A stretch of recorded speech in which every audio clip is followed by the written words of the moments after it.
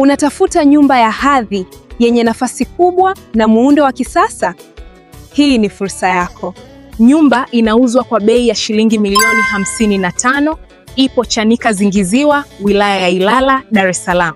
Nyumba imejengwa kwenye eneo la square mita 600 ikiwa na leseni halali ya serikali ya mtaa. Usalama wa kisheria upo.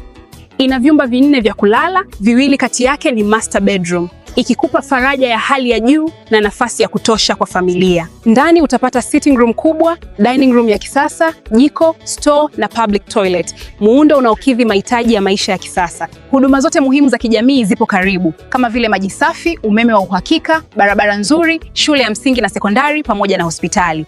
Kwa ukubwa, ubora na eneo lake, hii si nyumba tu, ni uwekezaji wenye thamani ya muda mrefu.